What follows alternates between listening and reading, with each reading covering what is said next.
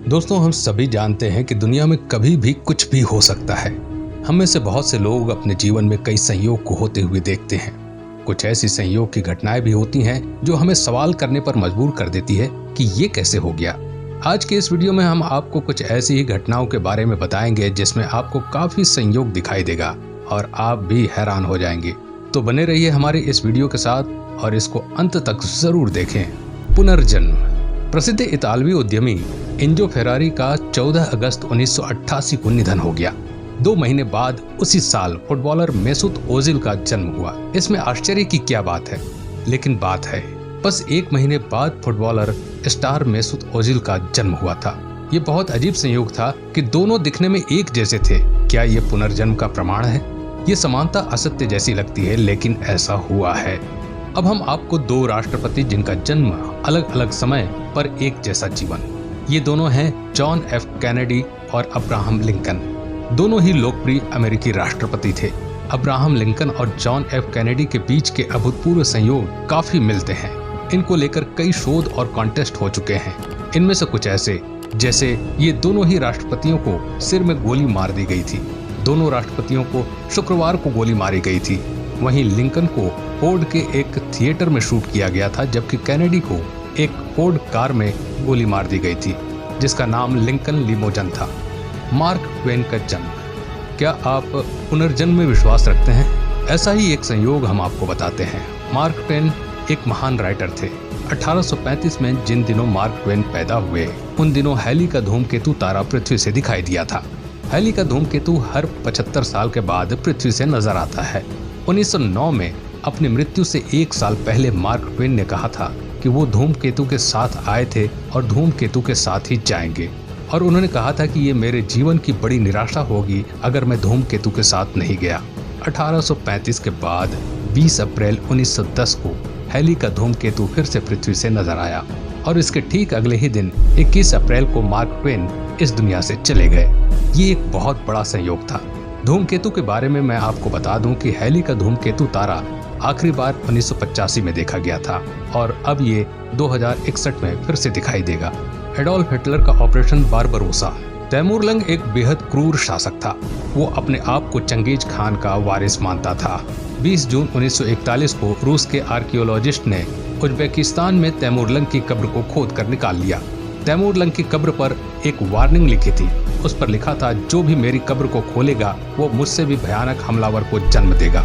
Soviet archaeologist Taimur Lang की कब्र पर लिखी इस चेतावनी को अंधविश्वास मानकर अनदेखा कर देते हैं और वो कब्र खोल देते हैं। इसके बाद जो होता है वो सचमुच हैरान कर देने वाला था। कब्र को खोलने के ठीक 2 दिन बाद 22 जून 1941 को दुनिया के सबसे क्रूर तानाशाह एडोल्फ हिटलर सोवियत यूनियन के खिलाफ ऑपरेशन बारबरोसा को लॉन्च कर देते हैं। रूस पर कब्जा करने के लिए 30 लाख सैनिकों के साथ चलाया गया हिटलर का ये अभियान इतिहास का सबसे बड़ा मिलिट्री इन्वेशन था। अब सवाल ये है कि इसे महज एक इत्तेफाक माना जाए या फिर सच हुई एक डरावनी भविष्यवाणी। एमोस पोर्ट्रेट पेंटर्स और जोसेफ एनर। जोसेफ एनर ऑस्ट्रिया के रहने वाले एक फेमस पोर्ट्रेट पेंटर्स थे। जब वो महज 18 साल के थे तब उन्होंने फांसी लगाकर आत्महत्या करने की कोशिश की थी। जब वो फांसी लगाने की कोशिश कर रहे थे तभी रहस्यमय तरीके से एक मॉन्क उनके सामने आते हैं और जोसेफ का आत्महत्या का इरादा टल जाता है। 4 साल बाद जोसेफ फिर से फांसी लगाकर खुद को मारना चाहते हैं, लेकिन फिर वही मॉन्क अचानक उन्हें दिखाई पड़ते हैं और उन्हें आत्महत्या करने से रोक देते हैं। 8 साल बाद जोसेफ की पॉलिटिकल एक्टिविटी की वजह से उन्हें फांसी की सजा सुनाई जाती है, लेकिन फिर से उसी मॉन्क के इंटरवेंशन की वजह से उसकी फांसी पर रोक लग जाती है। 68 साल की उम्र में आखिरकार जोसेफ पिस्टल से सुसाइड कर लेते हैं। वही मॉन्क उनकी फ्यूनरल सेरेमनी में मौजूद होते हैं। आखिरी समय तक भी जोसेफ को ये पता नहीं चल पाया कि आखिर वो मॉन्क कौन थे, कहां से आए थे। 2 जुड़वां बच्चों का संयोग। अमेरिका के ओहियो स्टेट में 2 जुड़वां बच्चे पैदा हुए थे। दोनों भाइयों को जन्म से ही एक दूसरे से अलग कर दिया गया था, सो दोनों भाई बिना एक दूसरे की जानकारी के अलग अलग फैमिली में पले बढ़े। लेकिन जब वे बड़े हुए और एक दिन इत्तेफाक से जब उनकी एक दूसरे से मुलाकात हुई तो वे ये देखकर हैरान रह गए कि उन दोनों की जिंदगी में गजब की सिमिलैरिटीज थी। दोनों फैमिलीज ने अपने अपने लड़के का नाम जेम्स रखा था। वे दोनों बड़े होकर पुलिस ऑफिसर बने। दोनों की पत्नियों का नाम सेम था। दोनों के एक एक बेटे थे। और दोनों ने अपने अपने बेटे का नाम जेम्स एलन रखा था। दोनों ने अपनी अपनी पत्नी को डिवोर्स दिया और दूसरी औरत से शादी की और फिर से दोनों की पत्नियों का नाम सेम था।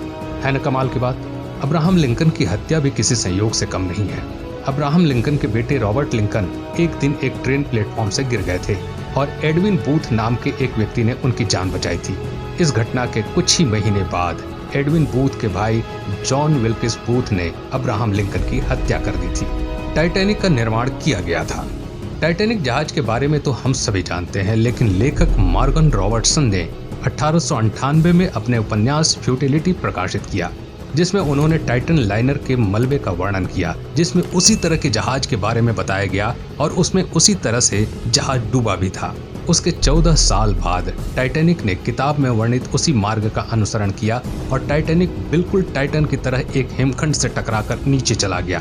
इस किताब को हादसे के बाद दोबारा प्रकाशित भी किया गया था। दो बदकिस्मत भाई। अब हम आपको दो बदकिस्मत भाइयों के बारे में बताते हैं। 1975 में बरमूडा के एक 17 वर्षीय लड़के की मोपेड पर दुर्घटना में मौत हो गई थी।